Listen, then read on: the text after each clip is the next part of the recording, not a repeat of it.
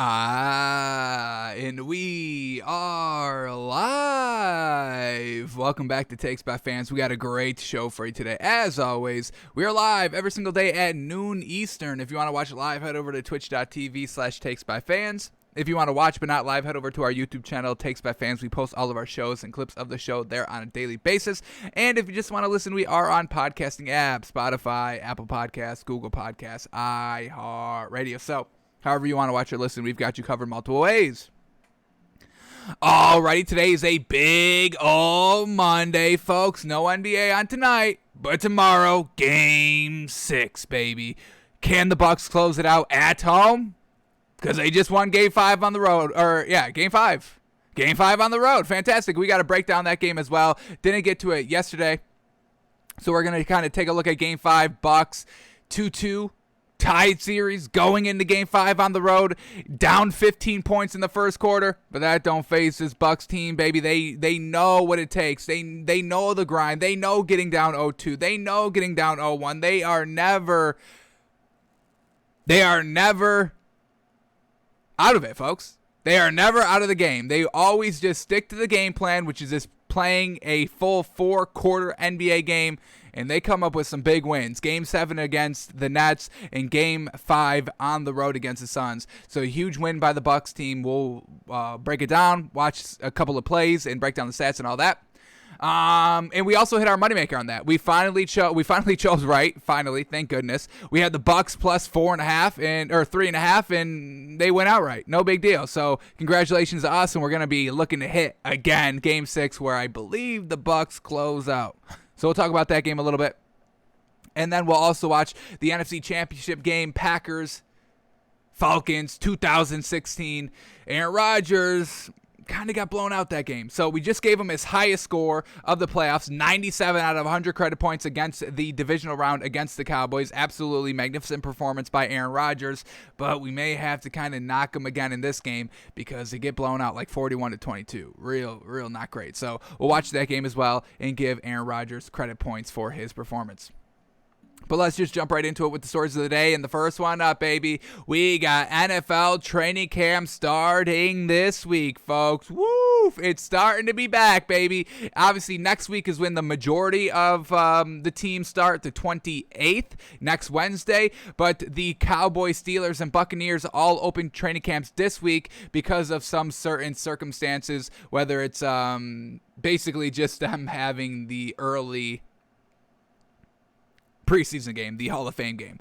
So let's see when these camps all start and when we can start really kind of breaking it down and seeing what these teams are made of and what these players can actually do, and are these teams actually set up for success like they've all been saying after OTAs. So let's see what we get here. The Dallas Cowboys, Pittsburgh Steelers, and the Tampa Bay Buccaneers all open camps within the next 7 days, folks. The Cowboys are the first to report on Wednesday, July 21st, baby. Wednesday, July 21st. So potentially the finals end on this Tuesday, and then we go right into football. I mean, did the stars align just on that? Jeez. Or we could have some overlap. I don't think Game 7 would be until like a Friday or Saturday, and then we got football and basketball to talk about. So fantastic. So the Cowboys are going to be the first ones to report on July 21st. They have Hard Knocks going on. The Steelers are opening on Thursday, July 22nd, and the Bucks conduct their first practice on Saturday, July 25th. So 3 big teams to kind of look for this season, all getting a little early kind of a start at it, because here we go. The Cowboys and the Steelers are slated to play in the Hall of Fame game on Thursday, August 5th. So that's why they get kind of, early access to the training camp, because they have to play about a week earlier than all the other teams do for that preseason game. The Cowboys will be featured on Hard Knocks this season, so once again, we can start kind of getting that film for that first episode. Can't wait for that. And the Super Bowl champion Bucks, who will reportedly visit the White House this week, open the season on Thursday, September 9th against the Cowboys. So once again, why the kind of Bucks get a little bit of a couple extra days is because they're going to be the first game, that Thursday night game. So the other 29 NFL clubs are scheduled to open their training camp on July 27th. Oh, I thought it was the 28th. Look at that. Even better. Next Tuesday, a day. We have an extra day. Or no, we lost today. But hey, we got 29 teams on the 27th. That day is going to be absolutely filled with madness, folks. Cannot wait for it. So what I want to do is kind of just get all of our training camp narratives written down so we have them on the record. So we're going to start with the Cowboys, Steelers, and Bucks, talk through what narratives we just want to see clear up before the regular season starts. Before we start truly, fully buying into all these teams, we've been talking about these teams kind of just based on what we saw from last season and what we've seen in the offseason already. But now when we're getting new information out, these training camps, this is where the teams are make it or break it. This is it. Get your work in, get your training in, because after this kind of, month of training camp, we're going right into the NFL season. No more time to kind of, get ready. No more time to make adjustments. It's right now. Let's go for game number 1, which starts on September 9th. So we will end up doing probably all 32 teams, but let's just start with these 3 since they all start this week, and we can kind of do the other ones a little bit later in the week and going into next week. So the first or the 3 teams up that are starting this week in training camp are the Bucks, Cowboys, and the Steelers. So let's start with the Bucks first. Our 2021 NFL training camp narratives to watch for. What do we have to watch when it comes to the Bucks? Just really Tom Brady. Is Tom Brady good to go this season? He's coming off that injury last season. He's coming off of surgery in this postseason. Everybody's saying that, hey, he's going to look even better than he did last season. And last season was real solid for the man. Obviously, he won a Super Bowl. A little bit too many turnovers. Let's get up his official stats. What was Tom Brady looking like just statistically last year? He said he didn't say he had the torn MCL. That was kind of, a narrative that we just kind of found out about a couple days ago when we talked about it on the show that, everyone's saying that Tom Brady had a torn MCL the entire time throughout the entire season. Tom Brady never really said anything about that. He just said it was a knee injury. So we're not really sure how much of an extent that knee injury was truly affecting him last season, but we can expect him to be a little bit better because you have surgery. So you would think he would feel a little bit better after that. But last season, Tom Brady, 65% completion percentage, oh my goodness, the man threw 4,600 yards his first time on a new team, folks.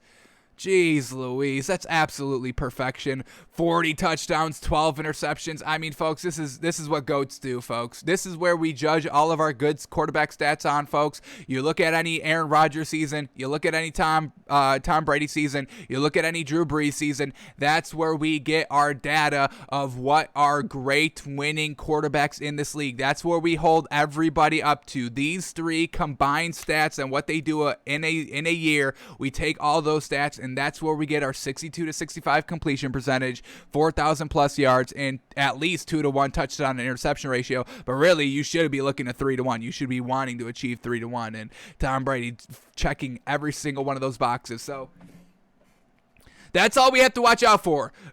We have to watch out for watching out of how Tom Brady is going to play, how great this man's going to play. And that's really it. We know they're returning all 22 starters. So that's really it. We got to watch Tom Brady. Got to keep an eye on how Tom Brady looks after the surgery.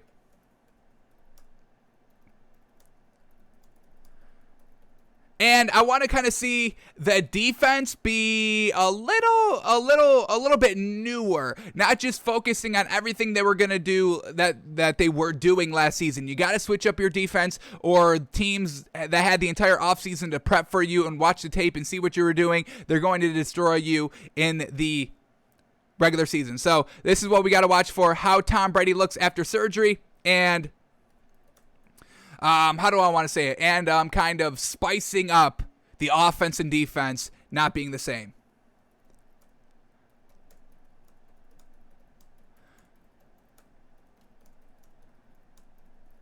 So those are 2 kind of narratives to watch out for as training camp progresses, as we start kind of seeing,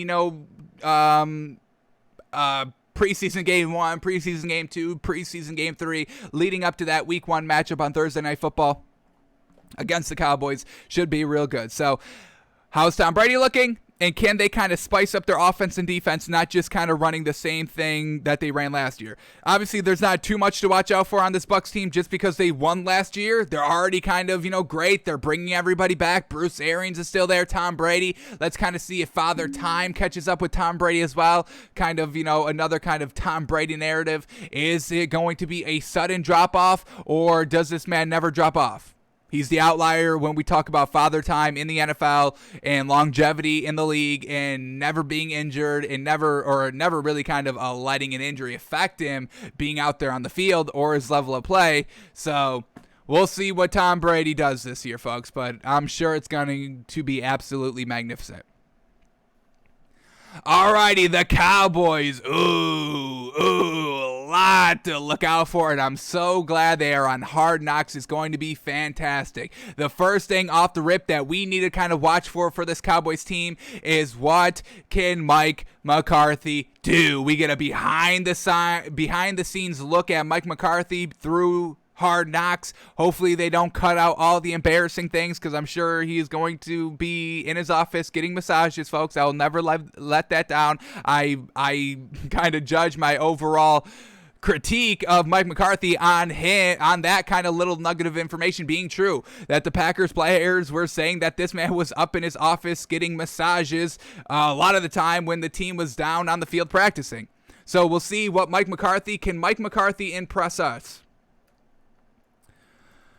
That's our first narrative. Mike McCarthy, big question marks. Can the man coach? Is this man a good coach, or does he just kind of get pulled along by great quarterbacks, a la Aaron Rodgers? Because last season, Mike McCarthy didn't have a good quarterback at the helm because Dak Prescott goes down, and just the overall Cowboys flounder. Now, the offense was still decent. It was really the defense that was truly letting them down, but still, at the end of the day, you're the head coach. You have to take care of everything. It all falls on your shoulders, offense and defense, winning and losses. It all falls on the head coach not getting the players right to play, and that's kind of goes back to him getting the massages. Hey, if that defense was being trashed week in and week out, what are you doing to fix it? Why are we not fixing this problem? Why are you not just trying to do everything in your power to kind of make switches, make changes to have this defense look at least something like a decent defense in the league? So Mike McCarthy is going to be a huge narrative to watch for.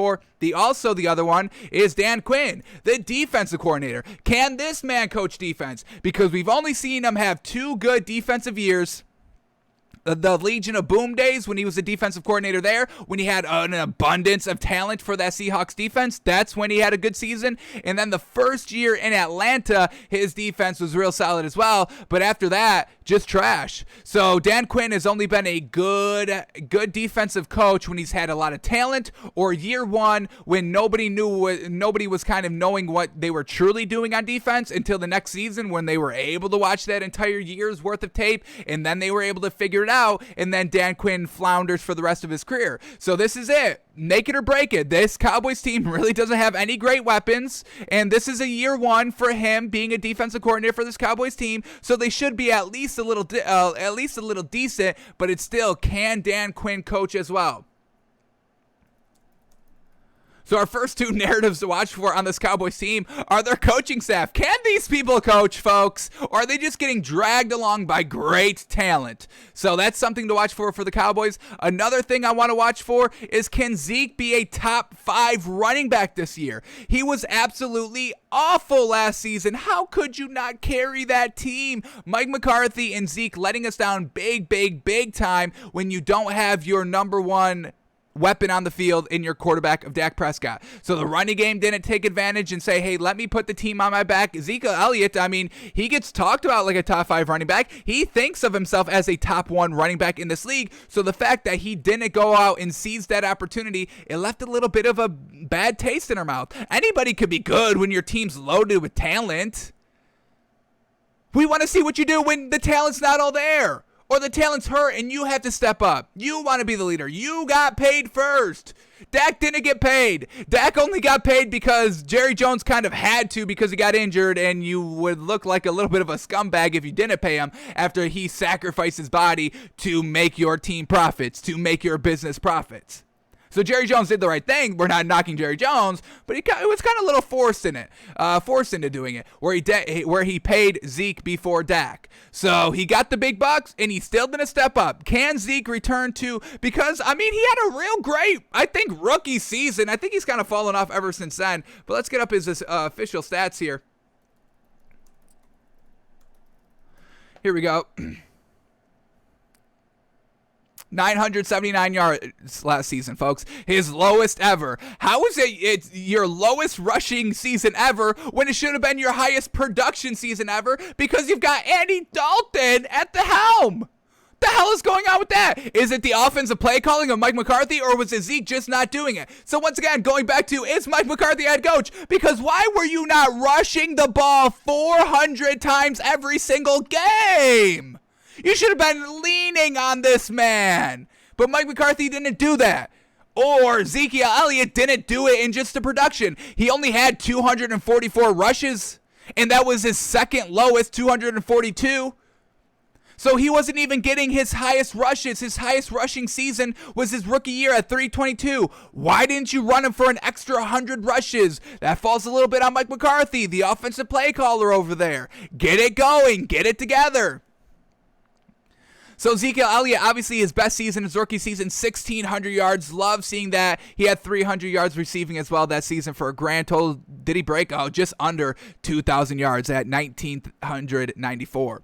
And that came his second best season in 2018 at 1,400 yards. And then he had 500 yards on top of that for a grand total of 2,000 yards. So that's what we're talking about. If we can get Ezekiel Elliott back to that 2018 season of just score, how many touchdowns did he have? He had 9 touchdowns in total, rushing and passing. But that 2,000 yard mark, that's what we want to say. That's what we want to see. Can Ezekiel Elliott get back to that day, 2018, that year, even his rookie year, right at 1,994 yards? Right under that 2,000 mark. That's where we want to see you, obviously over it. So can Ezekiel Elliott be a top 5 running back here? Really, I mean, with 2,000 yards in total, that's kind of a top 3 running back. So can Zeke get back to prime form? And that's really it. That's the 3 big narratives that I'm going to be kind of watching out for, because that's really going to tell us, is this Cowboys team ready to make the push of trying to fight for this division lead, this division win? Because we do know it's going to be we think it's going to be a lot harder than the Cowboys think it is for them to win the NFC East, because we absolutely love this Giants team, and we're big fans of what this Washington defense and coaching staff can do. The offensive side of the ball is a little iffy. Not the greatest wide receivers out there. Solid we'll call them solid. It's nothing to kind of get excited about. Terry McLaurin, real good, but that's really it.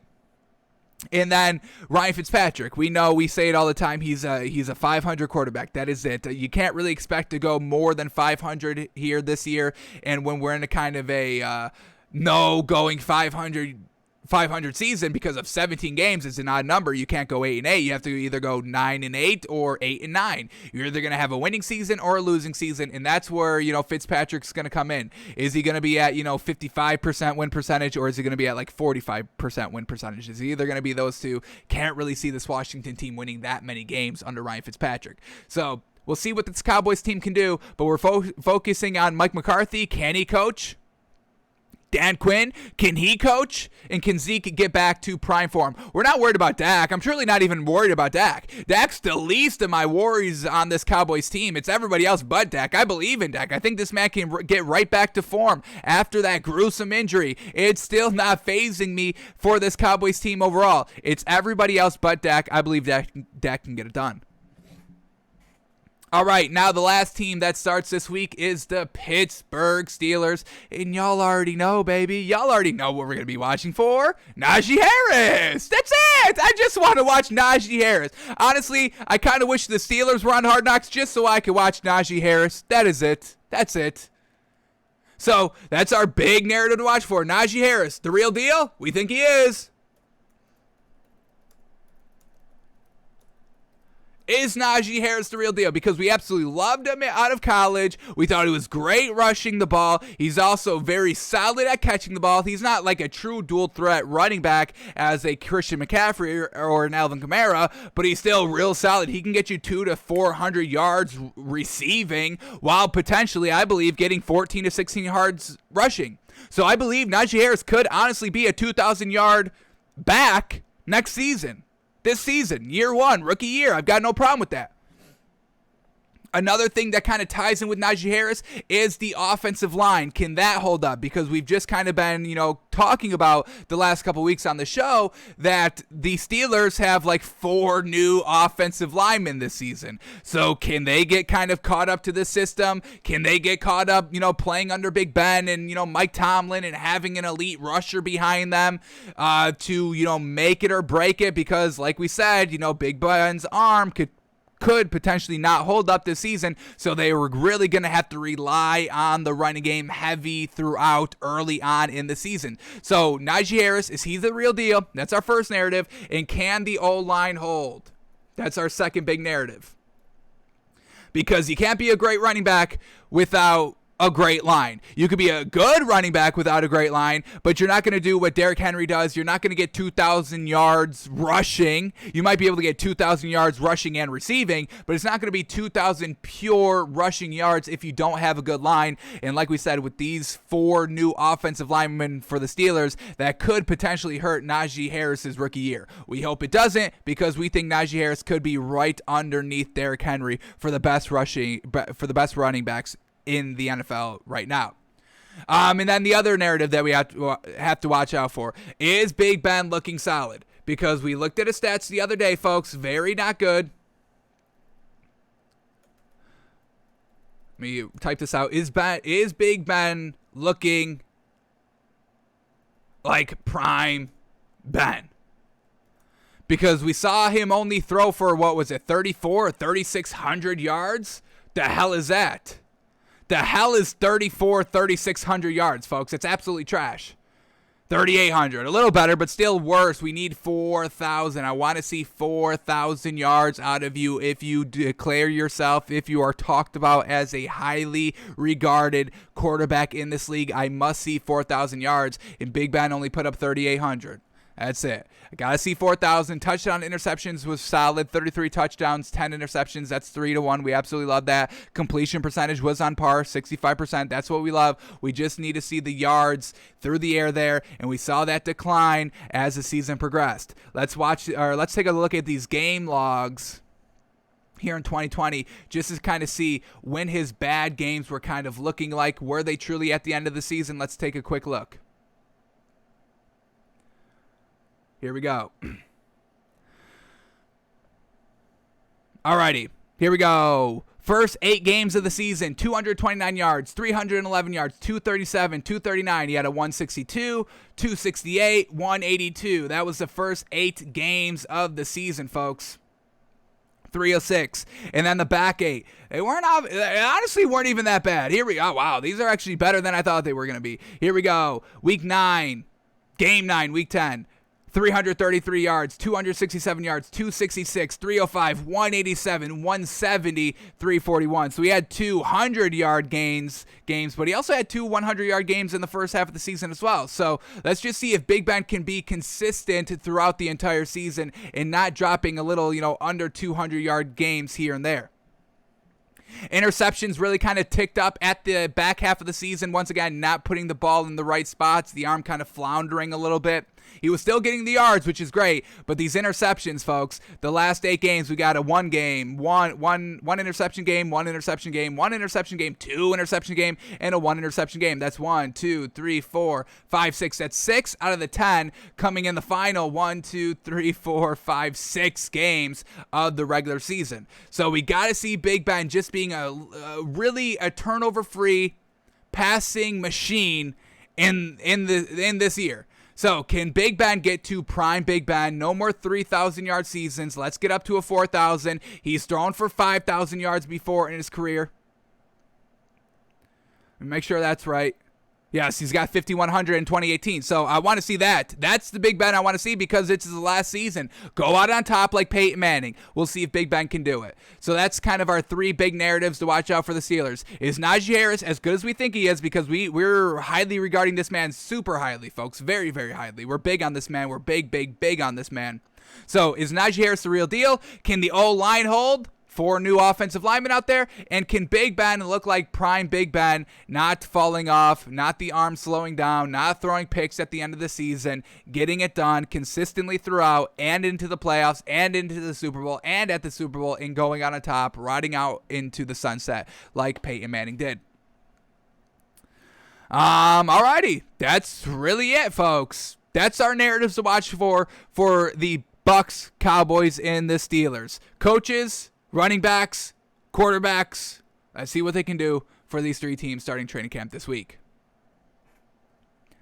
Alrighty, let's keep moving on here. And as kind of training camp gets into the swing of it, more of these free agents are going to be signed. And a free agent that we can talk about right now is Adrian Peterson. He hopes to play his 15th season. Quote, "My body feels strong. I still feel young. I still feel good. I'm ready to play ball." So this man's a free agent. Doesn't have a home yet. And this is going to be the perfect opportunity for Adrian Peterson to get back on a team once training camp gets into a full swing and coaches are like, yeah, I mean, we need either a second piece. We need kind of a veteran in here to kind of, spice it up a little bit, make these young guys get a little bit more competitive, or maybe even compete right off the rip for a starting job. Maybe Adrian Peterson can be the starting quarterback or starting running back on a team, folks. Let's see what he did last season. Can this man still get it done?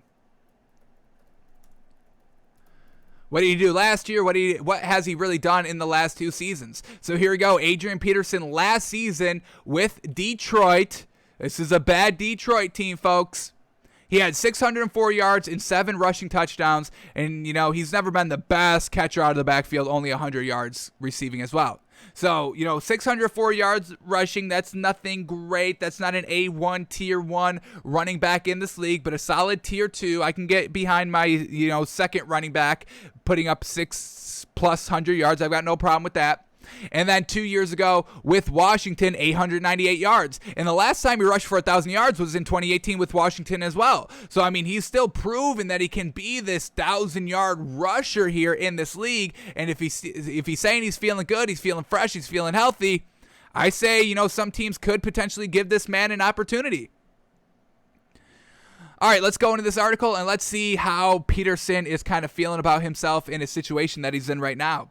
So as the NFL world prepares to open training camps within the next 8 days, many unsigned veterans hope to land gigs that provide a path to continuing their careers. Future Hall of Fame running back Adrian Peterson is one of those still without a home. Peterson hopes to play a 15th NFL season as he pecks away at the top of the all-time rushing leaderboard.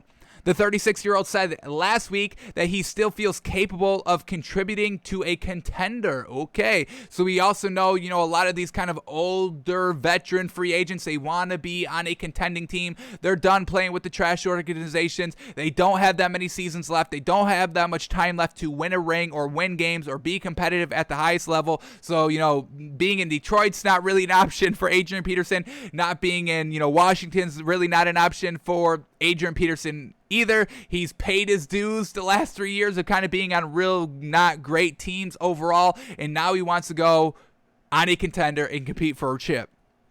And he still thinks he can do so. So, quote, "The training is going well, and I'm going to control the things that I can control right now.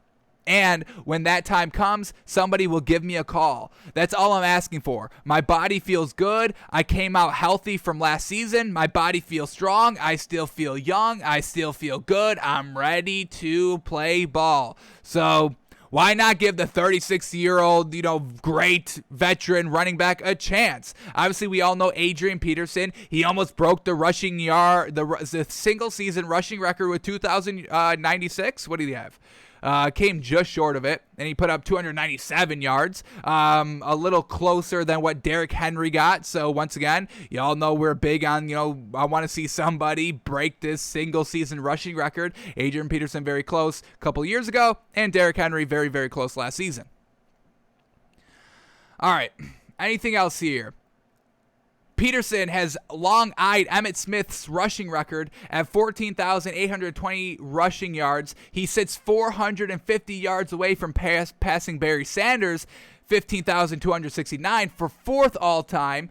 Gore, 16,000 yards. Walter Payton, 16,726 yards. And Emmitt Smith, 18,355 yards. Make up the top three. Jeez Louise, nobody's catching Emmitt Smith at 18,000. Whew, maybe Derrick Henry can. He's still got plenty of time in the league.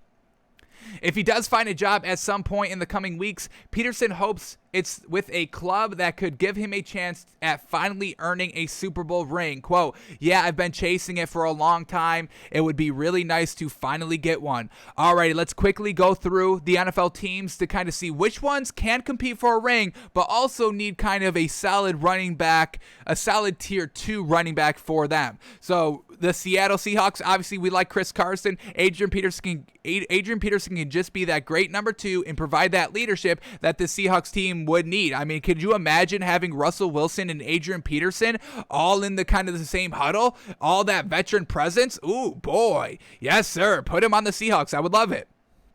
The Rams, absolutely. Cam Akers is real solid, but then Adrian Peterson at number 2, and we know the Rams are kind of Super Bowl contenders this season. Absolutely love it there. The Arizona Cardinals, potential there. They do have, who they pick up? Kenyon Drake, is that what they got? Cardinals depth chart, let's bring that up quickly. I don't think they got too deep. Who have they got? Chase Edmonds and James Conner. So Chase Edmonds, solid number 1. Maybe Adrian Peterson can even beat this man out for the number 1 spot, honestly. And then James Conner, Adrian Peterson never has to worry about James Conner being a threat to him in getting any carries in the backfield. No way. So solid kind of landing spot for the Cardinals. What did he play for the Cardinals first season? He did. He played for 6 games there. 448 yards in 2017, and then he went to the Saints for the rest of the season. But yeah, potentially there with the Cardinals. They're just not the best Super Bowl contenders, so probably doesn't end up there. But he could be the starter. If he wants to be the starter while trying to compete for a ring, the Cardinals could definitely be that position. And then Adrian Peterson teamed up back with Larry Fitzgerald, both potentially getting their first ring. We are big on that as well. Could you imagine DeAndre Hopkins, AJ Green, Kyler Murray, Larry Fitzgerald, and Adrian Peterson all getting their first rings, and J.J. Watt all getting their first rings on a team together? Now that's what I want to see. Teamwork makes the dream work, baby. And they all got big dreams of getting rings. So the Cardinals' potential there. The 49ers, they got Raheem Mostert, really kind of focusing on him. I don't know if they would really kind of want a tier 2 back for that team. And, with Jimmy Garoppolo and the quarterback situation up in the air, I don't know if, Adrian Peterson is going to want to go to a little bit. It's a tiny bit dysfunctional just in, the overall quarterback room there, just because you don't know who they're going to go with. You don't know if Jimmy G can stay healthy, and you don't know if Trey Lance can actually play in the NFL. So out of the NFC West, it's really either the Seahawks or the Rams. I think that's the best kind of 2 choices there. All right, then we go to the Saints. Once again, it's like they've got these new quarterbacks, and we don't know if they're going to be able to be back to Super Bowl contenders like they were with Drew Brees. They do have Alvin Kamara, and there's really not that much opportunities to get the ball since he does it all rushing and catching the ball. The Tampa Bay Bucks, yeah, why not? They could always use some more extra talent. They've got no problem.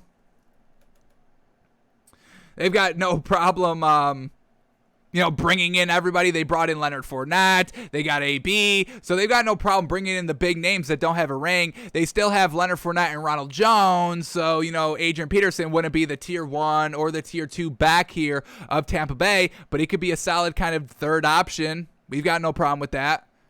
Would he have a problem with that? Definitely the Tampa Bay Bucks are Super Bowl contenders. All right, the Panthers, they got Christian McCaffrey, really no room. Once again, like the Saints, really no room for Adrian Peterson to get it done. The Atlanta Falcons, this is an interesting one because they have no running game at all. We don't like anybody on their running game at all. We don't like Meg Davis, and we don't really like the Cordell Patterson that much. They're kind of they're honestly, I don't want to disrespect them like this, but they're borderline tier 3 running backs that maybe play up to tier 2 at some points in their career. But the Falcons could be a real good spot for this man to, reassert himself as, a running back one in this league. Just unfortunately, I don't know if this Falcons team is Super Bowl contenders. A new head coach. Matt Ryan's never really been able to kind of prove to get it done in the big games, late in big game scenarios to finishing off wins. So it's a little interesting there. The Washington football team can definitely just kind of be the main man there, but once again, not really Super Bowl contenders. The Giants have Saquon Barkley, the Cowboys have Zeke, and the Eagles have not a Super Bowl contending team. So not really going anywhere in the NFC East, I don't think. The Green Bay Packers, you got Aaron Jones. If you want to sit behind Aaron Jones and just kind of, do your thing as the running back too, that'd be solid. The Packers, once again, potentially Super Bowl contenders as well. We do believe that Aaron Rodgers is going to play this year. We are kind of basing all of our information on all of our kind of, narratives and theories and just where we place teams and players. We are kind of going along with that Aaron Rodgers will show up for the Packers this year. We do believe he will play. So that's obviously Super Bowl contenders there. The Chicago Bears, what do they got at running back? I don't think they got anything. Potential. I mean, this is, very low odds, but I would still say Super Bowl contenders as long as Justin Fields plays solid. I would say they could potentially come out of the NFC. But then you got David Montgomery and Tyreek Cohen. Obviously, he can, be the main guy here in Chicago. It's just whether this man thinks, Adrian Peterson thinks that this Bears team is a potential Super Bowl contending team, potentially. Like I said, when I'm listing kind of Super Bowl contenders, the Bears would definitely be, very bottom of that list, but I think they could pull something. The Vikings have Dalvin Cook. Once again, don't think this team is Super Bowl contenders under Kirk Cousins. And the Detroit Lions, he just came from there. You're not going back. The Tennessee Titans, hey, just back up Derrick Henry. Just back up Derrick Henry. That's it. That's all you got to do. And you could potentially be Super Bowl contenders. Definitely there. The Colts, I would say to go to the Colts because we do have them winning the Super Bowl. It's just they've already got 3 deep. Do we need 4 deep running backs on a team? I don't think they're calling the man, unfortunately. The Houston Texans steer clear of their trash team. Same thing with the Jags. Steer clear of that team. They are trash.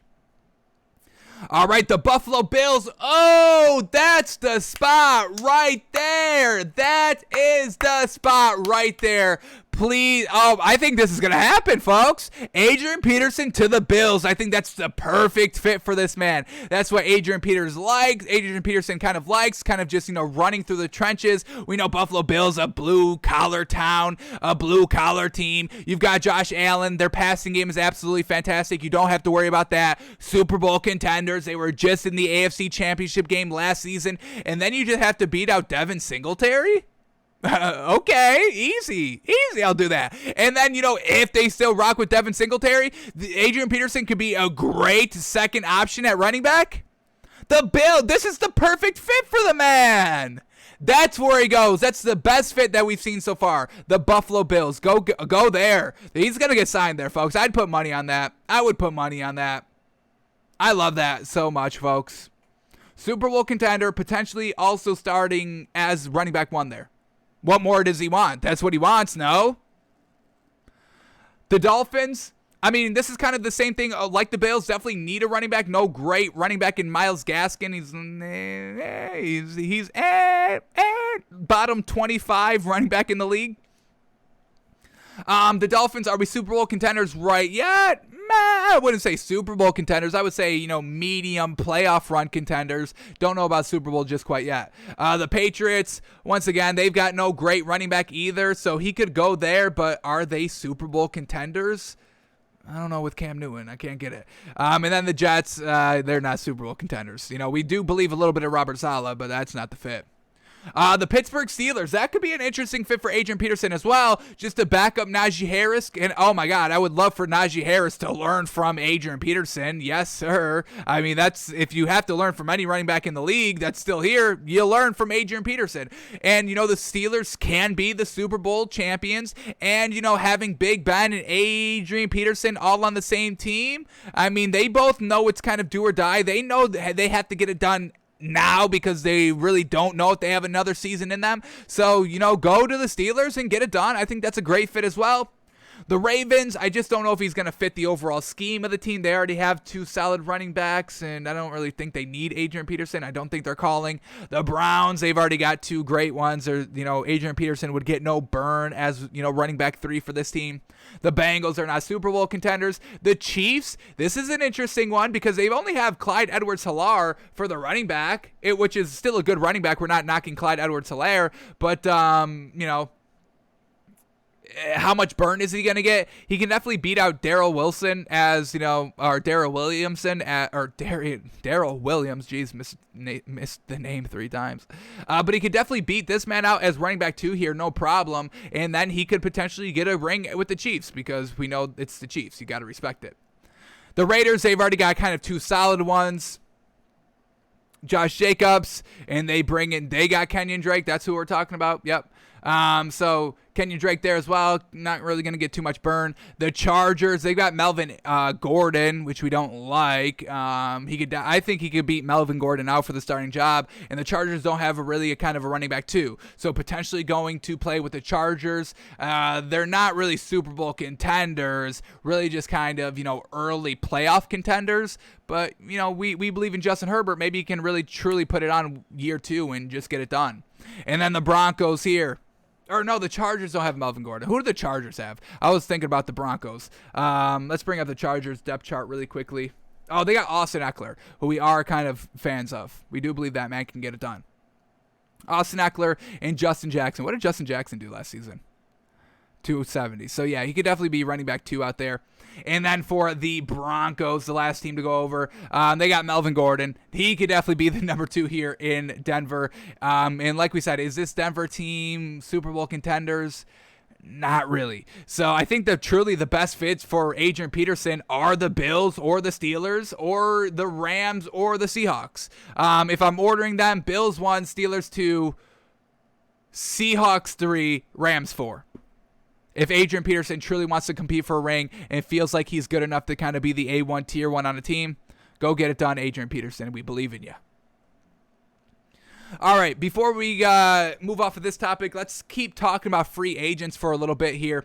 Around the NFL tweets out the best landing spots for veteran free agents. So let's kind of see what they're saying on some of these top free agents. Let's kind of remind you guys what some of these free agents are out here that are still eligible. I want to kind of talk about this as well. So this website, NFL TradeRumors.com, they posted their top 100 available 2021 NFL free agents, and they have number 1 being Steven Nelson, a cornerback. And I don't know if I really agree with this. I don't even know what this man can really do as a corner. We kind of look at his stats from last season, just nothing great. It's solid stats: 2 interceptions, 9 pass defenses, a fumble recovery, no sacks, not coming off the edge on a cornerback, blitz and hitting the quarterback. Couple of tackles to help him out, but y'all know how we judge cornerbacks here. We got his name up on the playerprofile.com so we can see what he was doing, how many yards he was giving up against the A1 tier 1 wide receivers in this league. That's what we care about when we look at cornerbacks. Are you shutting down the best receivers in the game? DK Metcalf, Tyreek Hill, DeAndre Hopkins, Devontae Adams, Stephon Diggs. Are you locking them all up? So just kind of want to quickly take a look at Steven Nelson here because they have him ranked as the top free agent, above Melvin Ingram, the edge rusher, above Richard Sherman, above Rick Wagner, above KJ Wright, the linebacker, above Le'Veon Bell, above Olivier Vernon, another great edge rusher, above Geno Atkins, above Todd Gurley, above Everson Griffin, another edge rusher, above Kenny Stills, above Nikhil Roby-Coleman, another cornerback, above Golden Tate, wide receiver, above Larry Fitzgerald, above Danny Amendola, above Alshon Jeffrey, above Josh Gordon, above Tyler Eifert, above Prince Amukamara, another good, solid corner, above Josh Norman, another solid. He kind of got bitched by Derrick Henry. A little hard to live that down, cornerback. above Vic Beasley, another edge rusher. So y'all know what we're going with here. So let's see if Steven Nelson is shutting down the top tier wide receivers here. So let's quickly take a look at his 2020 game logs out here. Who is he facing?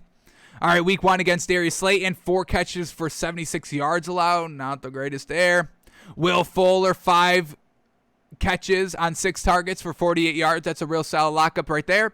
Against OBJ, 1 of 2 targets for 3 yards. A.J. Brown, 4 of 7 for 123 yards. That's a little bit of a burn there. Against Amari Cooper, 3 of 3 for 50 yards. That's a pretty solid burn. Against Marquise Brown of the Ravens, 6 of 9 for 95 yards. So the speed, too much for this man to handle.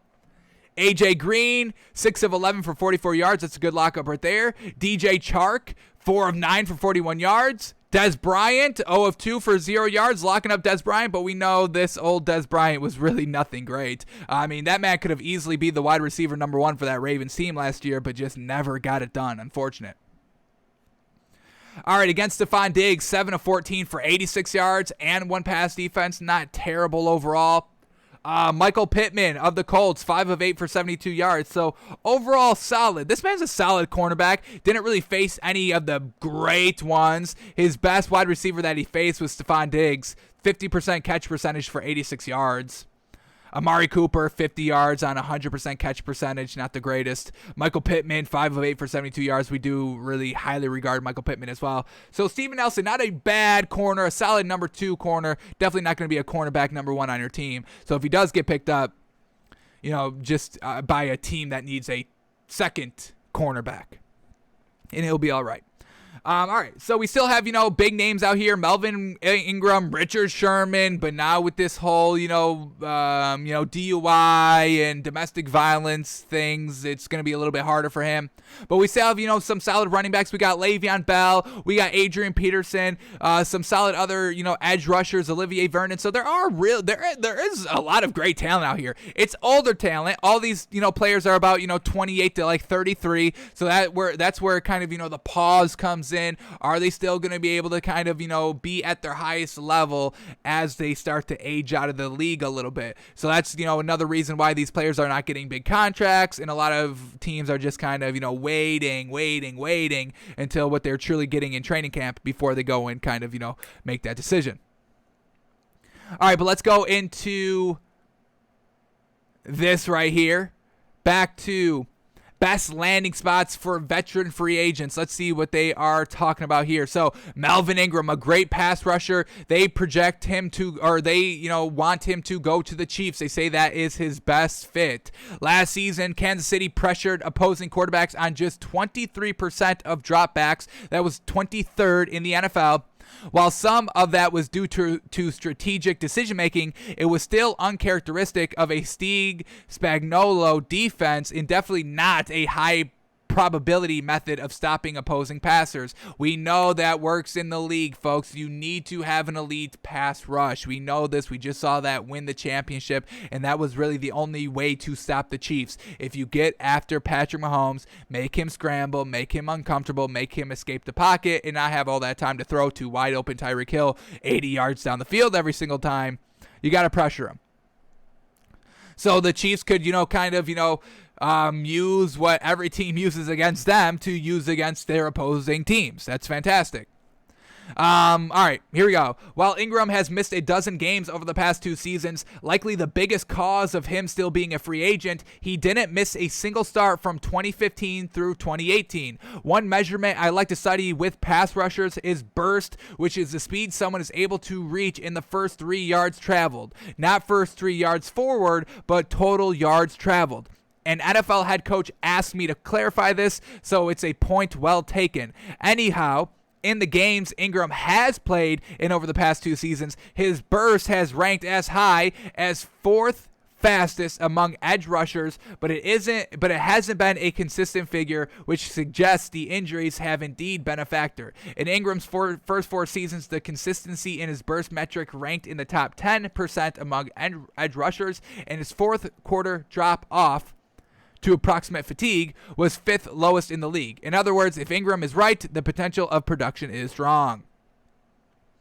All right, and then they say Mitchell Schwartz, an offensive tackle, going to the Steelers. We know the Steelers team has 4 new offensive linemen. You definitely need to bring in a little bit more depth there just so you can kind of figure out the line. That's going to be something, one of the narratives that we are looking for during the Steelers in their training camp is, can their offensive line get it done? And can Mike Tomlin, make the perfect fit? All right, him on the left side, let's move him to right tackle. Let's move the right guard over to left guard just so it works overall with the group that we have. So bringing in some offensive lineman depth could definitely help out the Steelers a lot. How many offensive linemen? A lot of offensive linemen are kind of, top 10 here of the top 100 free agents still listed. We get Mitchell Schwartz, who we just said. He's they rank him number 2 overall of free agents, an offensive tackle. Then we have David DeCastro, a guard. He's ranked number 3.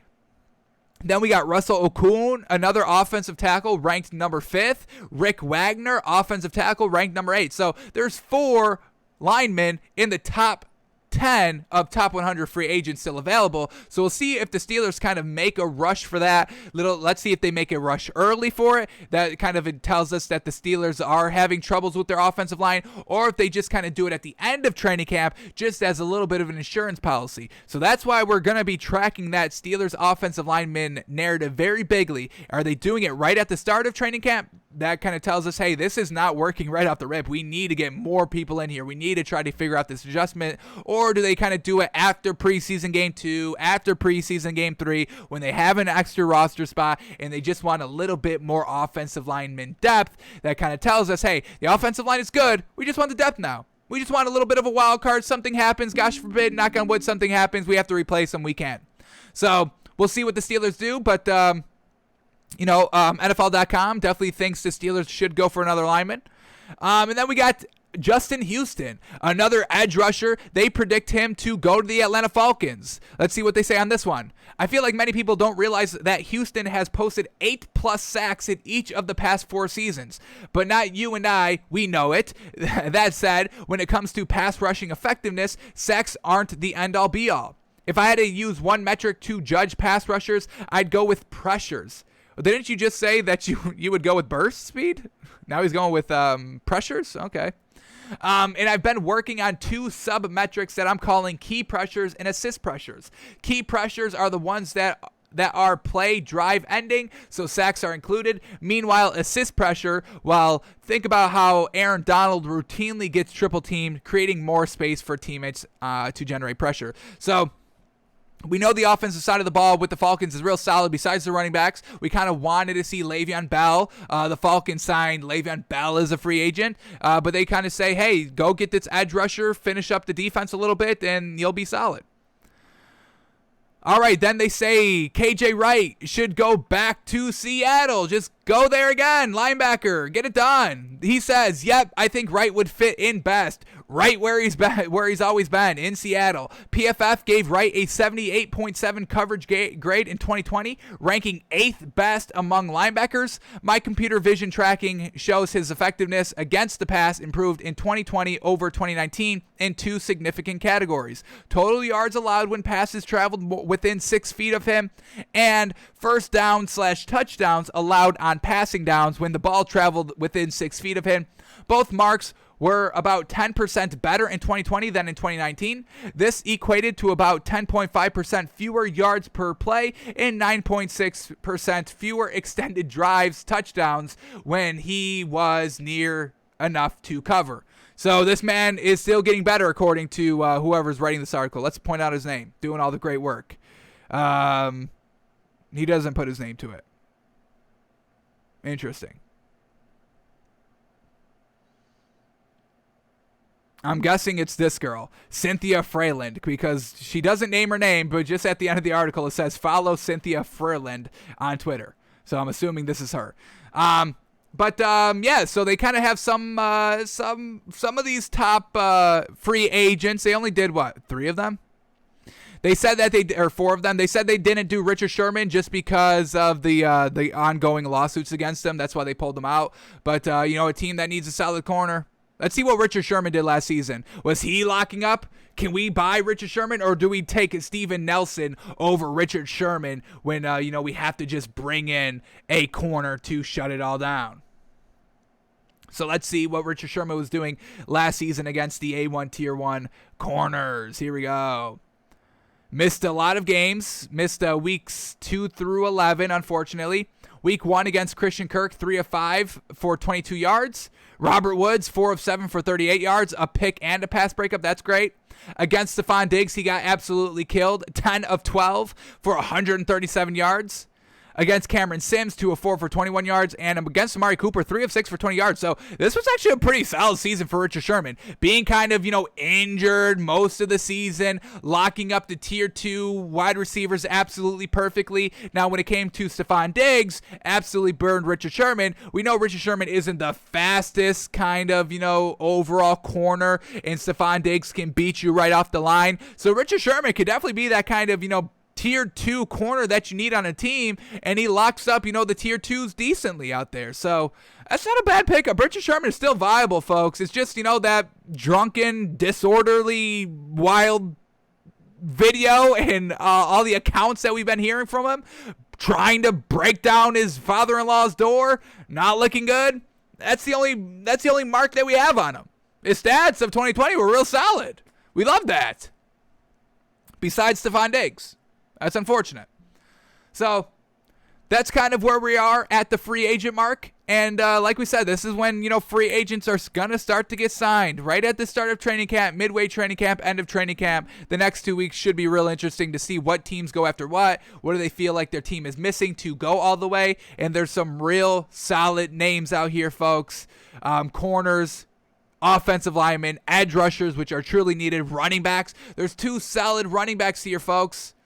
Let's see if Todd Gurley even gets a second chance, a third chance, honestly. Didn't make it completely work with Atlanta last season. We really wished it was a little bit of a better season for Todd Gurley last year. But once again, you need kind of a tier 3, just another added option. Todd Gurley could potentially be that. So, Le'Veon Bell, Adrian Peterson, Todd Gurley. Let's see if they get signed.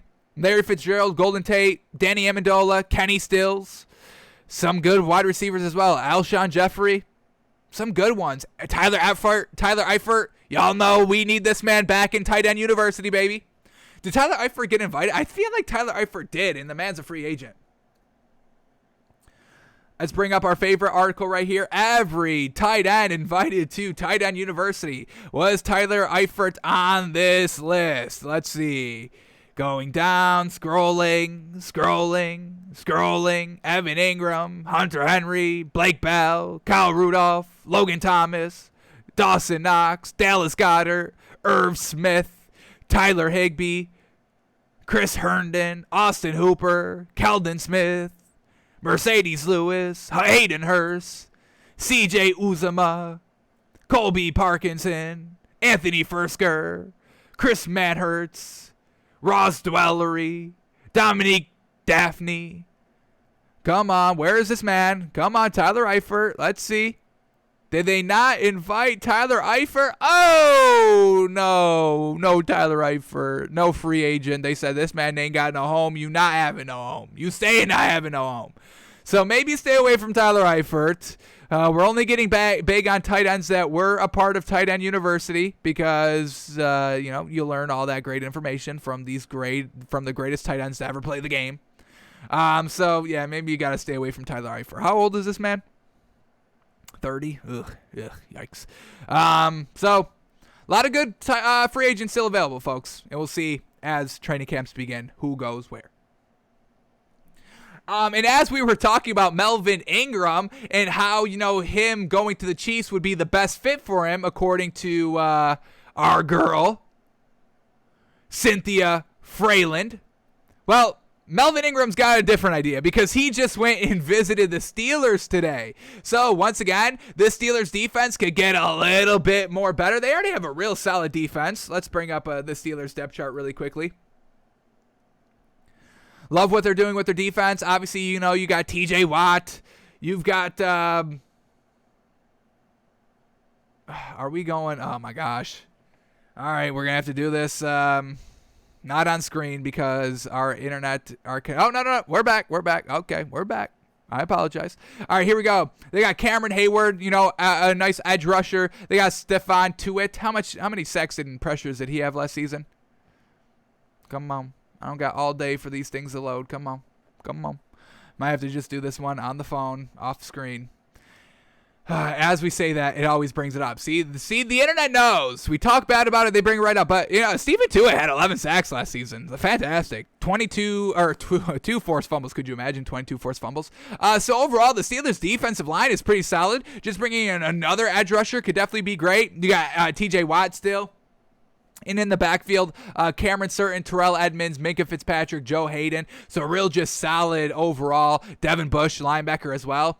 So the Steelers' defense is real solid, but, Melvin Ingram also maybe potentially going there as well. Definitely just helping top off the Steelers' defense, which obviously, you can always use edge rushers. Rotate them in, have them fresh, and we know that's what wins in this league. You need a good edge rusher. So let's see what Melvin Gordon is saying here. Let's see if we get any information in this article.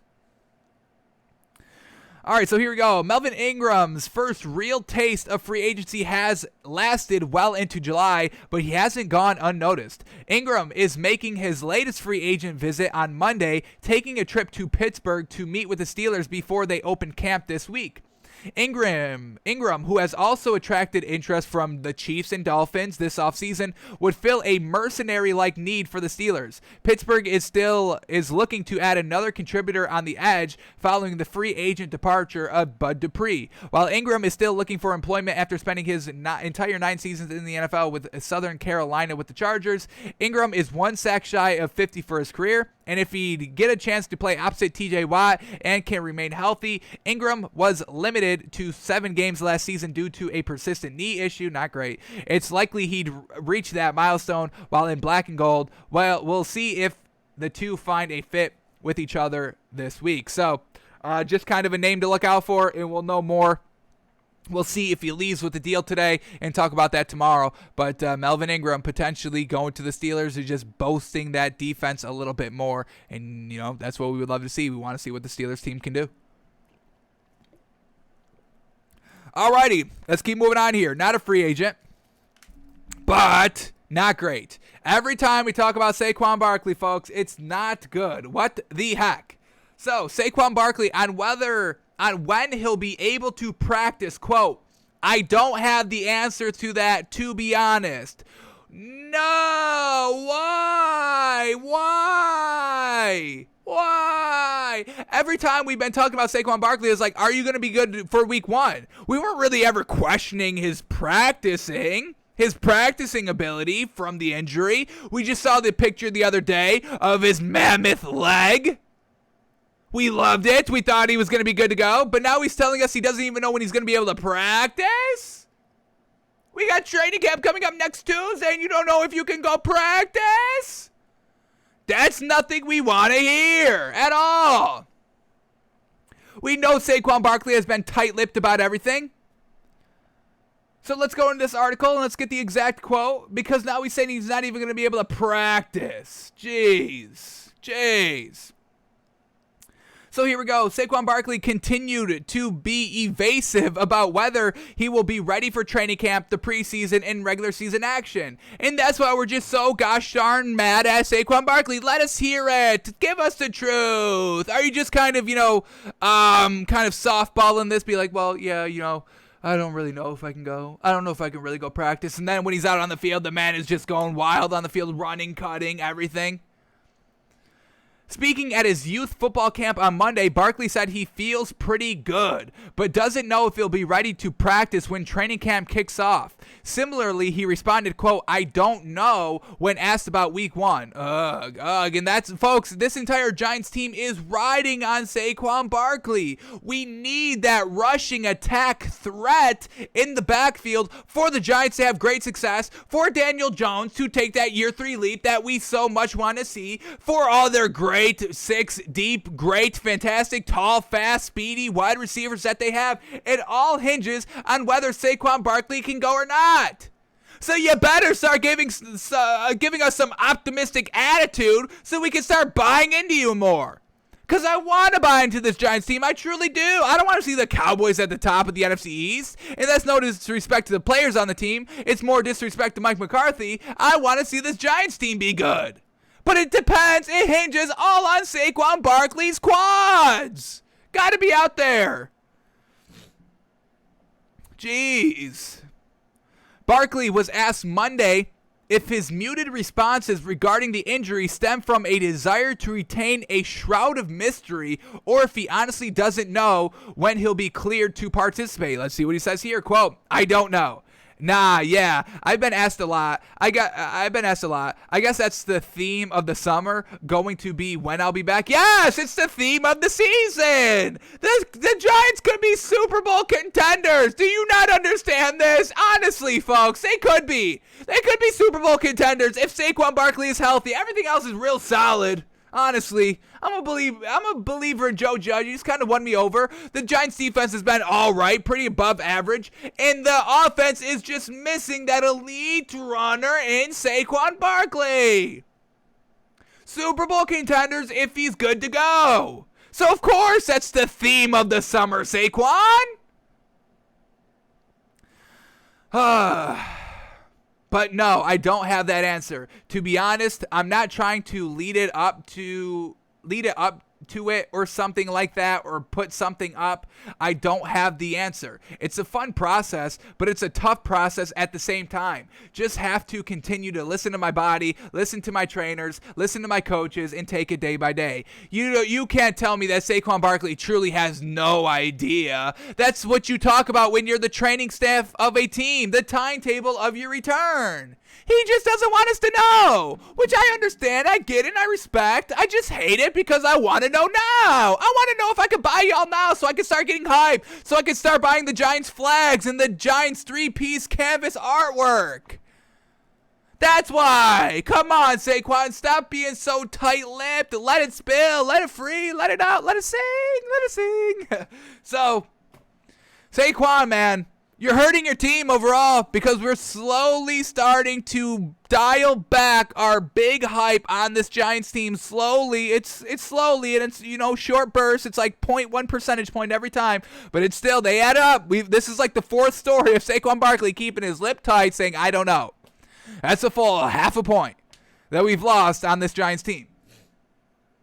They're still number one, but now it's a closer number two because the Cowboys, they're kind of winning us over a little bit on everything they say now that Dak's back and all that. Really just hinging on the coaches, and we'll know early on when we get an inside look at, Hard Knocks, whether we can buy that Dallas Cowboys team more or not. So Saquon, we're not going to be hearing from you in training camp, but we're going to be hearing from the Cowboys, and we're going to start buying that Cowboys team if they're starting to look good, and we'll have the Cowboys at number one, and that's going to hurt your team. You want that, Saquon? You can come on my show. Saquon, if you're listening, this is an open invite to Saquon Barkley, 2 Takes by Fans. I'll have him in studio. I'll have him on Zoom, however you want to do it. Come on the show, and let's get to the nitty-gritty details, and let's see what's going on. No more tight lip. I want to hear it. Give me the timetable. Let us hear the timetable, because I know there's a gosh darn timetable. You cannot tell me that there is no timetable. Trainers, timetable. TT alliteration, folks, right there. Trainer, timetable. Triple T. TTT. Let us hear, Saquon. Open up, sing. Let us hear how you are coming off of that ACL injury. Alrighty, let's talk about this quickly. Jameis Winston, another video of him working out. We saw him working out 2 weeks ago. Just kind of standing in the pocket, getting hit, keeping his eyes downfield, keeping his kind of shoulders squared, keeping the ball in his hands while he's kind of, running into bags, getting hit over the head and all that. And he stayed cool, calm, collective, and, it was looking good. Now we get another kind of 14-second clip of him working out. I don't really know what this drill is. I don't know what this is supposed to do, but Jameis Winston is doing it, and it looks good. It looks all right. It looks pretty good.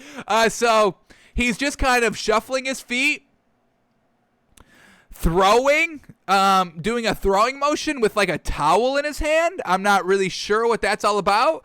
There's a dog running over the yard.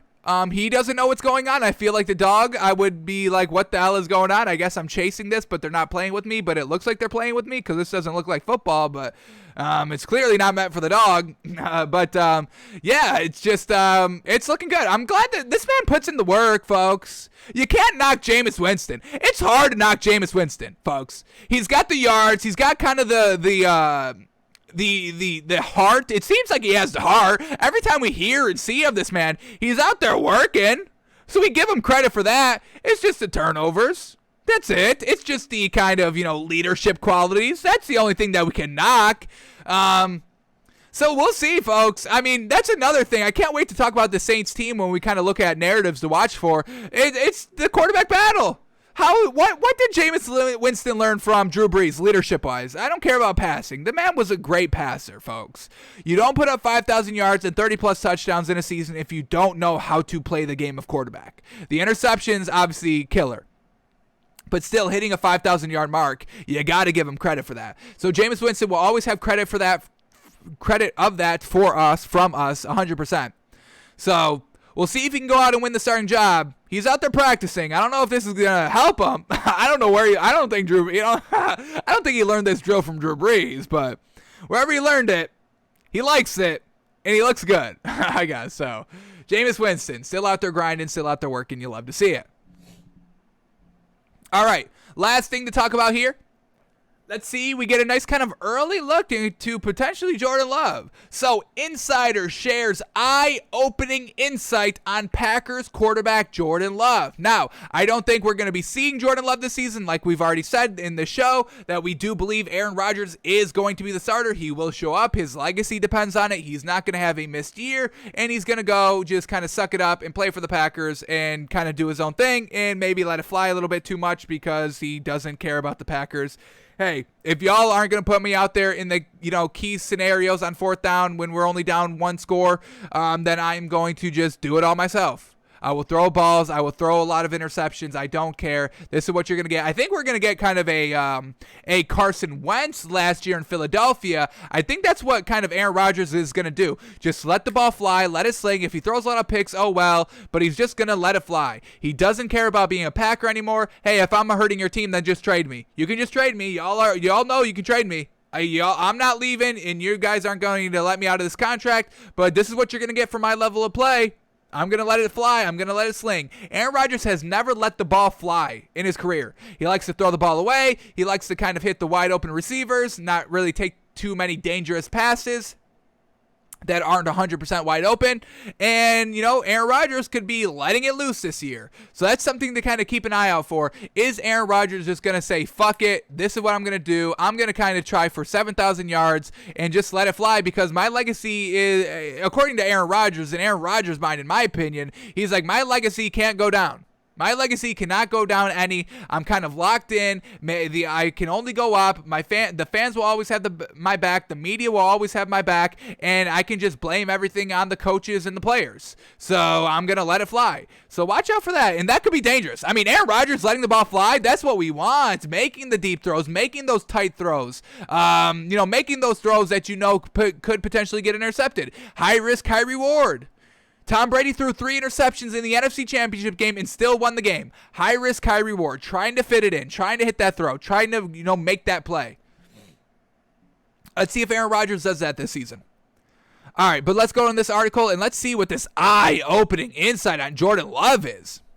So here we go. Nobody knows just yet how important Jordan Love will be to the Green Bay Packers in 2021, given the ambiguity with Aaron Rodgers. But those who have gotten a preview of his year 2 seem to be expecting big things. Recently, ESPN insider Jeremy Fowler revealed that he spoke with one of the coaches involved in Love's workout in Texas earlier this month and was told the Packers' young first-round quarterback looked, quote, exceptionally good.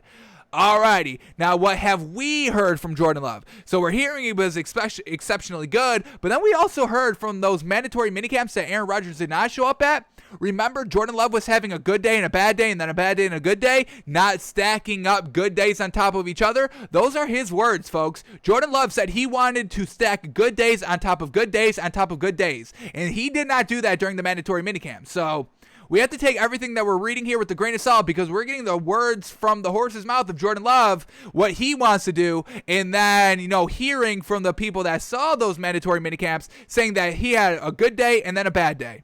not putting 2 good days together. And that really tells you if you're a good quarterback or not. Can you do it consistently? Anybody can have a good day. Put me out in the NFL and, in 10 games and I'll have 1 good game. I'm sure I would. Maybe. But can you stack the good games, the good days, the good practices on top of good practices on top of good practices? So this guy's saying, and we have to kind of take it who we're talking about. One of the coaches, a coach is never going to badmouth their own player, especially to the media, unless they're Adam Gase, the worst coach of all time. He does that. Nobody else does that. Maybe Matt Patricia, maybe. Not even Dan Campbell. Dan Campbell would never, ever talk shit about his players. Ever. Adam Gase does. That tells you all you need to know about Adam Gase. But, this Packers coach said he was, quote, exceptionally good. We'll see. He was exceptionally good on the practice field in the build up to his second NFL training camp with the team. Quote, Jordan Love just worked out in Texas with Deshaun Watson and Justin Fields. That's pretty interesting. Let me pause this. This is starting to play for some reason. All right. Here we go, back to the article. Jordan Love just worked out in Texas with Deshaun Watson and Justin Fields. They all share the same agent. I spoke to a coach who was involved in the workout. He said Love looks exceptionally good, and that's not hyperbole. This coach works with a lot of quarterbacks around the league, and he said, quote, the energy out of the ball when Love throws it, it's tangible. He's just got an elite arm. Wow, an elite arm? Wow, that's a pretty big green flag. Pretty big quote to throw around. Elite arm. Wow. Quote, and so he could surprise some people if he does get in games this year, especially with enough arm strength to pierce through the Green Bay cold.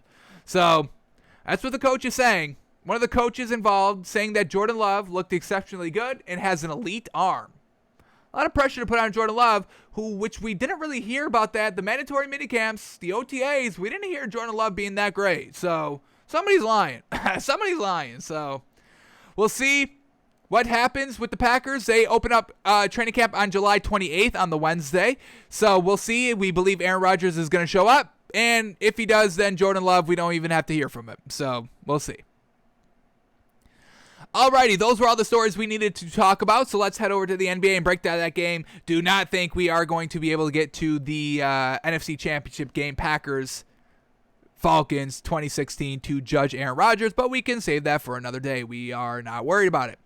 So let's talk about Game 5, a pivotal game in the series, tied 2-2, Suns at home, and what do the Bucks do? They go on the road and play spoiler, baby. Absolutely magnificent game from this Bucks team. Not from the jump, but from the second quarter on, because they were, they lost the first quarter, I think, by 15 points. I think they were down 15. Yeah, 16, even worse, down 37-21 in the first quarter, but just kept at it. That's what this Bucks team is all about, folks. Resiliency, just sticking with the process, not riding the highs too much, the highest of highs too much, not riding the lowest of lows too much. They're just playing, folks. They're just out there. They know it's a full 4 quarters, a full 48 minutes to play out there in a basketball game. They know it's a game of runs. They know it's a game of spurts. They know it's a game of scoring baskets and defensive back-to-back stops. They know all of this. They never feed into that narrative that, oh my God, you got down by 15.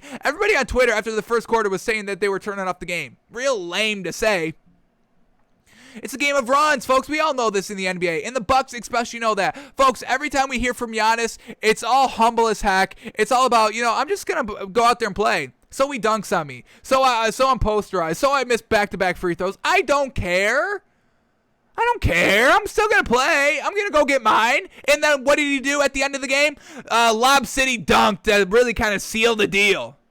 So yeah, he misses a couple of free throws. He will get it done. He will always step up in the biggest of big games, down late when it's a tie game or down 1, down 2, close game, tied game, up 1, up 2. He will go and seal the deal defensively, offensively. That's why we love this Bucks team. Giannis, baby. Giannis. Down 16 in the first quarter, and then they go out and win by 4. Love that by this Bucks team. Down, well, they swept the Heat, so that wasn't anything bad. But then, they go and have to face the Nets, and they lose the first 2 games. They're down 0-2 going into home. And then, they find themselves in Game 7 on the road, and they step up. They find themselves down 0-1 at home against the Hawks. Unfortunate. And what do? They power their way back. They go and get it done in 6 games. They are used to this, folks. And they always use that advantage. They always use that to their advantage when they go out and face, some of these teams that, ride the highs of highs. Chris Paul, a great game 1, a good game 2, and then really falling off game 3. And then he kind of, buys into that he's falling off in game 4. And then he had a good game 5. Just unfortunately, one mistake by him, one mistake by Devin Booker, and that's your 2 all-star, superstars on your team. Floundering at the end of the games, making kind of, nonsensical mistakes to really just kind of lose the game. Giannis doesn't do that. He'll miss a free throw, but they'll get the offensive rebound, just because he misses it so bad, and they've got a lot more height, a lot more beef than the Suns team, so he can miss it, and then he'll make up for it with a slam dunk poster over Chris Paul. So, before we get into the stats, should we go stats? I kind of want to watch a couple of plays here. Really just kind of the final about 3 minutes of the game. Just because it was so back and forth, and there was clutchness on the Suns, there was clutchness on the Bucks, and there was big old flounders by the Suns team. So I just kind of want to go over it because it was a real close game. Not a close game. The Bucks did kind of lose the lead a little bit. What was their biggest lead up to this point? About 10. Was it about 10? 12-ish? 113-105? Was that kind of 114-107? That's less than 12. So, yeah. No, that's 8. So, yeah, I mean, the biggest lead in the fourth quarter was about 10. Any more than 10? Yeah, about 10. So, the score, 110-100. Let's get that up. What was that? 110-100. With about 7 minutes left in the game. And then the Suns brought it down to 117-107. So once again, another 10-point lead with 3:25, and that's where the Suns really started to come back a little bit and put the pressure on the Bucks. So let's start watching a little bit of some of this. So let's start here. Chris Paul makes a huge shot here. They are down 10 points with 3:19. And, everybody had a real great game in this game, folks. This was a real great game 5. Everybody, the superstars at their peak. It's just the Suns made 2 bonehead mistakes late in the game with less than a minute left. And the Bucks will always take advantage of that because they're used to battling back. They're used to kind of, making mistakes in the early game, cleaning up and kind of playing, do I dare say, flawless basketball in the fourth quarter? I think so. So here we go. Chris Paul hitting a huge 3. Bucks up 117-107 with 3 minutes 19 seconds left. And Chris Paul just takes it. Pull up 3, cash out, CP3. Yes, sir. Makes it a 7-point game. An absolutely huge shot by Chris Paul right there. Then we get a turnover by PJ Tucker. Middleton fouls. We don't need to see this.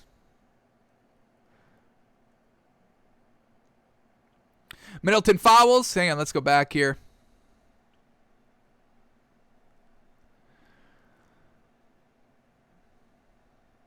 Here we go. All right, here we go. Middleton fouls, and then DeAndre Ayton goes to the line. He hits the first one. He hits the second one. Now it's 117-112. And then Chris Middleton, baby. A huge 3. Chris Middleton, man. Once again, he's been great this series. I don't call him Batman. And I'm going to try not to disrespect him. But I think a lot of people are getting too clouded on Chris Middleton. And he's great. Don't get us wrong. He's real good. He's been real great these last 3 games here. But I do think overall it's a lot of people working together. I'm not putting it all on Chris Middleton. Everybody wants to put all this success for the Bucks on Chris Middleton. Nobody wants to give respect to Giannis for his great defensive plays, great kind of offensive ceiling game plays in game 3 and 4. A lot of people are just saying, hey, Chris Middleton's finally getting it done. But Drew Holiday had a great game, and so did Pat Connaughton, folks. And we're going to talk all about that when we talk about the stats. But let's finish up these last kind of 3 minutes of the game. So now, Bucks up only 5 now. And Chris Middleton goes. And he's going to hit a huge basket right here. A little step back, 3-point over Mikal Bridges, baby. Chris Middleton stepping up huge, making the game from a 5-point lead to an 8-point lead. Absolutely fantastic. Then we get Devin Booker, the superstar for the Suns, trying to kind of, keep the game close, keep the Suns in it. He goes, drives on Giannis, able to get a nice scoop layup, and once again, cut the lead down to 6 points. 2-possession game if they make both threes. Then we get Chris Middleton missing a layup. This is what we're talking about with Chris Middleton. It's always 50-50 in the late game scenarios. He hits a big three, he's a hero, then he misses this, and nobody wants to talk about it. Overall, he's consistently inconsistent, folks. Yes, he hits some big shots, but he also kind of flounders a little bit. We just talked about this one in depth in Game 4 when he had the chance to really ice the game. They were already up 2.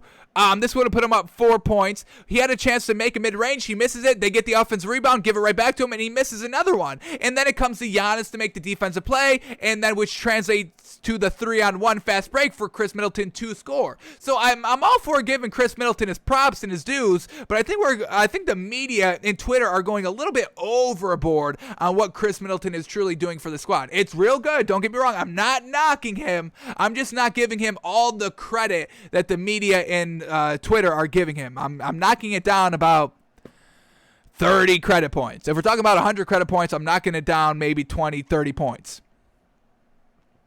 All right, but here we go. This is Chris Middleton now. Up 6. Booker just put the pressure on you to score, and he drives into the lane and just loses the ball. Really just loses the ball. Unfortunate.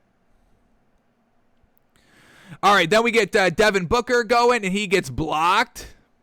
Or did he do the blocking? They gave him the block for that Chris Middleton. Okay. All right. And then they get the ball back. They say the ball went off Devin Booker. And then Chris Middleton gets the ball back again. This time he tries to hit a jumper over Devin Booker and misses it. So once again, we get Chris Middleton trying to really put away the game. Misses 2 opportunities, folks. We have to, hold this. You can't just take the good and only focus on the good. You have to take the good with the bad and do an overall kind of, overall judgment. Yes, Chris Middleton was good. Yes, he was hitting some clutch key shots in the final 3 minutes, but as it got closer to that final buzzer to try to truly put away the game, he also floundered in some big opportunities, leaving the door open for the Suns down 6 with a minute and 39 seconds left in the game to try and win the game or get, cut the lead down even more. So Chris Middleton misses another jumper. Then we get Devin Booker, baby. A huge shot by him. Huge 3-point shot. This one's crazy. Just kind of, twisting his body in midair, sizing up the basket, hitting it over Jrue Holiday. Now it's a 3-point game because Chris Middleton drove to the bucket, lost it, tried to hit a long 2. His foot was on the line. Real bad shot to take. Not even a 3. And he misses it as well, leaving the door open for a superstar in Devin Booker to now make it a 3-point game. What else is next here? All right. Then we get Giannis going to the free throw line. Unfortunate. Misses both of them. Once again, truly unfortunate by Giannis, missing both free throws. And then we get Chris Paul after they grab this board on the second missed free throw. Chris Paul down 3. He's like, Devin Booker just hit a big shot. Well, I'm about to hit a big shot too. Drives right past Pat Connaughton and puts it up. And now it's a 1-point game. Giannis missing free throws. Chris Middleton missing mid-range jumpers. Not great. 1-point game. All right, who takes the next shot for the Bucks? It's Jrue Holiday who flounders here. He misses. Up 1 with 35 seconds left. Jrue Holiday tries to do a little bit of a mid-range floater, and it doesn't go, and the Suns get the board. Suns get the board. Oh, boy, they have a chance to take the lead here. But what happens? Devin Booker is going to turn the ball over. Once again, I mean, this is the play that really just seals it right here. Who lost the ball? It was... Who lost the ball in Game 4? Chris Paul loses it. Giannis throws it ahead, causes a turnover. They're able to kind of go on the 3-on-1 fast break and end the game there. This time in game 5, Devin Booker loses the ball here, just trying to do too much on this play. They're down 1. Devin Booker against PJ Tucker gets into the paint, and he tries to go for a better shot. He should have just taken the mid-range jumper, but he tried to get into the paint a little bit. Take the shot right there. You had him slipping. You had PJ Tucker slipping. But then he tries to get greedy and go into the paint for a better shot. You can hit the mid-range. In game, 3 when they lost? Or was it game 4 where he shot like 60% on 41 points? They all came from mid-range jumpers. 0 of 3 from the 3. Take that mid-range jumper down 1. That's your shot. But he tries to go down into the paint. And then, it's clogged right there. Jrue Holiday, once again, another great defensive play by him to steal the ball away from Devin Booker. And then it's a fast break, and what does he do? Giannis wants to call game. Giannis wants to make up for his 2 missed free throws and ice the game. He calls for the lob. Oh my goodness, Jrue Holiday throws it perfectly, and Giannis with the lob dunk on Chris Paul. And this is where we get Chris Paul really doing his bonehead play. So this is Devin Booker's bonehead play of trying to do another extra step inside the paint when you're going into Giannis. Why are you going into Giannis? 7-foot big wingspan. Take the smaller PJ Tucker. You just bodied him right there. Take the little bit of a fadeaway jumper right there at the free throw line. That's exactly your shot. Great. That's a great high percentage shot to take in this situation.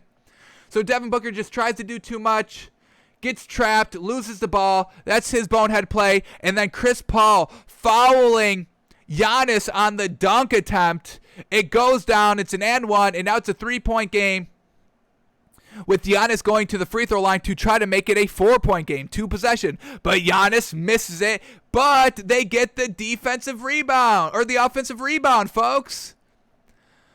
How do you let this happen? You needed this. It's a 3-point game, 1 possession game with 13 seconds left. You can take that kind of game-time 3, go into overtime. But you let them get the rebound, and then it's game over at that point. Look at this. Giannis misses it badly right off the front of the rim, and then Jrue Holiday crashes the boards to help tip it back out, to help put pressure on it. I mean, look at Jrue Holiday, folks. Can we talk about Jrue Holiday pushing Devin Booker all the way down inside, making Devin Booker take a bad tip at the ball so the Bucks can get it? That's hard. What did Chris Middleton do? Chris Middleton just stayed back, which he should have done. That was good by him. I'll give Chris Middleton that. He was able to kind of get the back tap, but it was all kind of, once again, Chris Middleton getting the credit by everybody else setting up the play. Giannis missing the free throw. I'm sure that was not intentional, but hey, he still missed it good enough so they could try to get the board. And then Jrue Holiday crashing the board to force Devin Booker to take a bad tip out. And then Chris Middleton just being at the right place at the right time. Just somehow the credit falling into his lap. A little bit.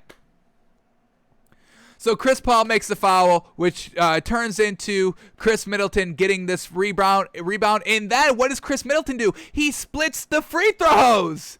He still made 1 to make it a 2-possession game, which is good. Definitely what you needed. But this man almost floundered when y'all wanted to call him Batman. So yes, we can give Chris Middleton credit, but not as much credit as y'all are saying. Y'all are ready to give this man Finals MVP. And if that happens, if somehow Chris Middleton gets Finals MVP over Giannis, I may get canceled, because I'll have a lot to say on that next day's show when we talk about it. So Chris Middleton makes his second free throw, and then it's game over from there.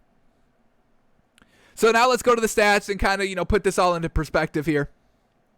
Not taking anything away from Chris Middleton, folks. I'm truly not. I'm just saying he doesn't deserve as much credit as everybody else is kind of giving him. I think it's a little irresponsible. It's a little irresponsible to give Chris Middleton all this credit, folks. He's good. He's been great this final series. He's been getting better and more consistent as the playoffs go on. I will give you that. But he's not number 1 on this Bucks team, and I kind of want to say he's not even number 2. That's a little disrespectful, but it's something I'm entertaining. Giannis 1, Jrue Holiday 2, Chris Middleton 3. I know it's a little blasphemous to say Chris Middleton's 3, but I think it's something about that, something along those lines.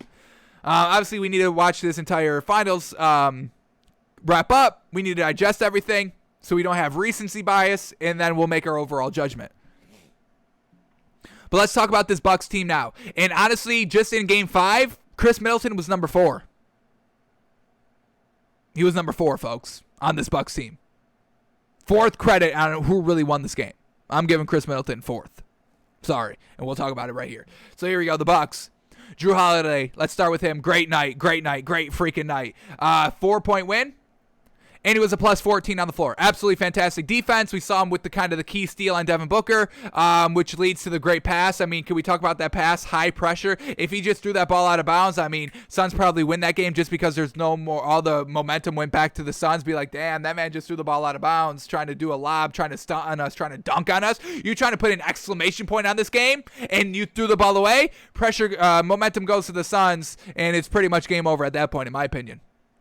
So Jrue Holiday, an absolutely great game. 27 points, 13 assists, 3 steals. I mean, folks, leading the category, leading all these categories. Assists, steals, blocks, 1 block. Fantastic. And he only had 2 turnovers on 13 assists. I mean, those are Chris Paul numbers, no? We all loved Chris Paul for going 27-13 and only 2 turnovers. Yes? Let's get big on this Jrue Holiday, folks. Really icing out the game as well. Huge, clutch performances. Defensive side of the ball. Offensive side, assisting side of the ball. Got it done. And he shot 60%. 3 of 6 from the 3. Magnificent game by Jrue Holiday. Then we get Chris Middleton. A solid game as well. Plus 4 and a 6-point win. We love it. Or plus 4 and a 4-point win. We love it. 29 points, 7 rebounds, 5 assists, and he shot 52%. Love that. No more 40s. Get that 52%. That's good. That's real good. 3 of 8 from the 3. I think that's exactly what he did in Game 4. Game 3, where he had the 41-point game. I'm forgetting if it was Game 4 or Game 3. I think it was Game 4. Then we have Brook Lopez still only playing 20 minutes. That's a little bit more than he's been playing. He's been averaging about 22 minutes a game. 9 points, 6 rebounds, and he was a plus 10 on the floor. Real solid there. Giannis Antetokounmpo, 37 points. Now, he was a minus 7 on the floor. Really not great there. But 32 points, 9 rebounds, 6 assists, key clutch bucket, key clutch dunk. Unfortunately, he missed a free throw.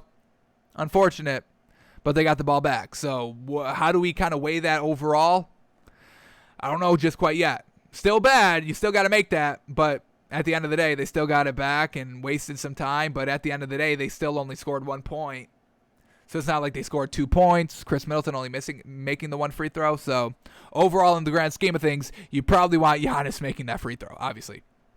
He shot 4 of 11 from the free throw line, the worst that he's done in this series. Unfortunate, but he also shot 61% on 23 shots, so we give him credit for that. And like we said, we give him credit for just kind of, the good defense of, showing in the paint when Devin Booker was trying to go there, so Devin Booker couldn't kind of, hit a floater, hit a mid-range jump paint shot because Giannis is there, forcing him to kind of turn around into Jrue Holiday, so we give credit for Giannis on that, and then obviously on the dunk end. So overall, a pretty solid game by Giannis. And then PJ Tucker, 3 points on 2 shots. We know he doesn't score like that. He did hit a 3, so I will give him credit for that. But also a minus 7 on the floor. Lucky that Devin Booker didn't pull up over you as he kind of destroyed you a little bit.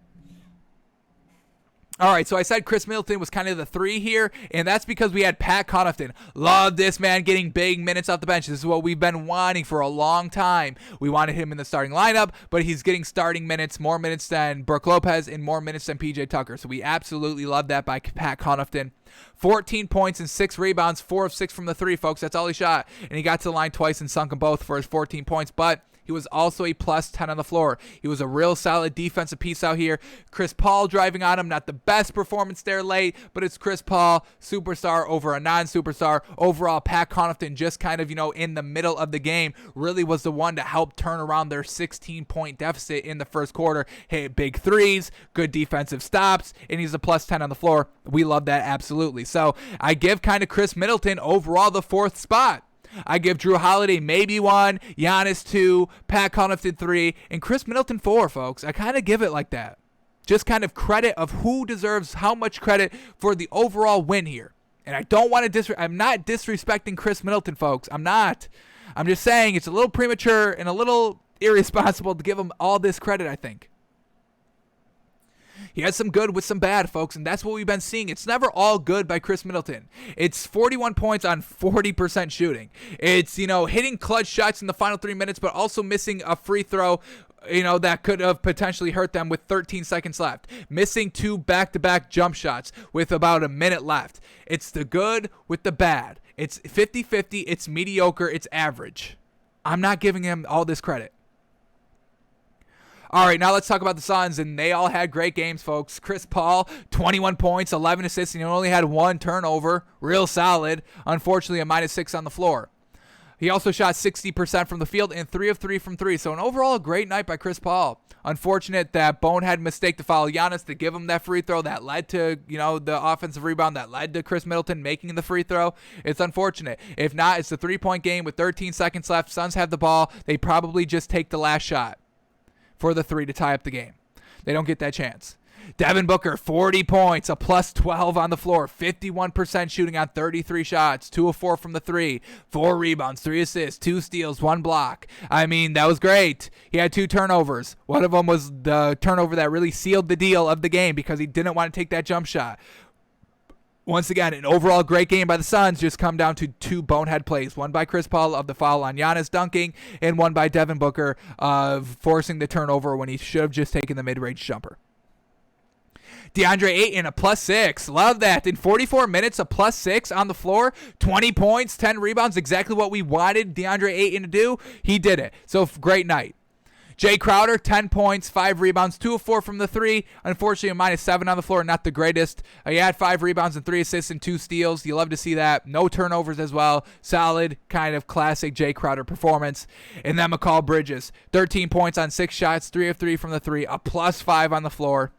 4 rebounds, 1 assist, 2 steals, 1 block. Overall, solid night by McCall Bridges. Unfortunately, just Devin Booker and Chris Paul. One error leads to them losing, and now down 3-2 going into Milwaukee. Cameron Payne off the bench in 14 minutes. Didn't get a lot of minutes out there. Would have liked to see him a little bit more. I want to kind of see him, do I dare say, in a Pat Connaughton role of 33+ minutes? Sue me. But Cameron Payne, 14 minutes, 6 points, 4 assists, 4 rebounds, 42% on 7 shots. Not bad. He was a -4, not the greatest there.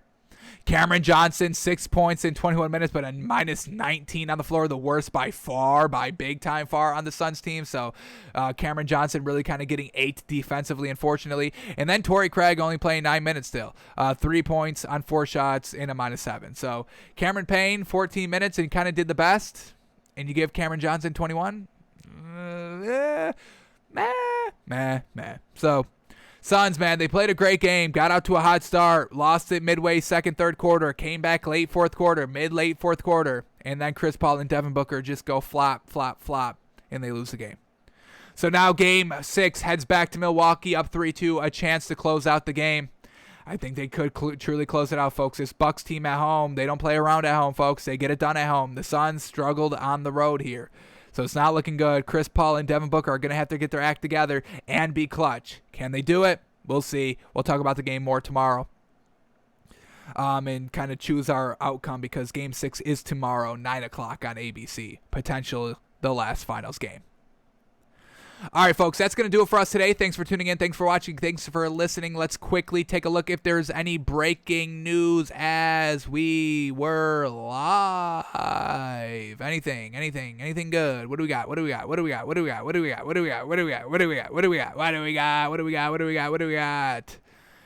We got nothing, folks. Nothing breaking. So we're back tomorrow live, noon Eastern. Potentially watching the division game, the NFC Championship game, and talking about Game 6 and making our prediction. Seeing what the line is. Making some money. We won on Game 5, folks. Bucks +3.5. Bingo bango. Win by 4. Love it. All right, folks. That does it for us today. We'll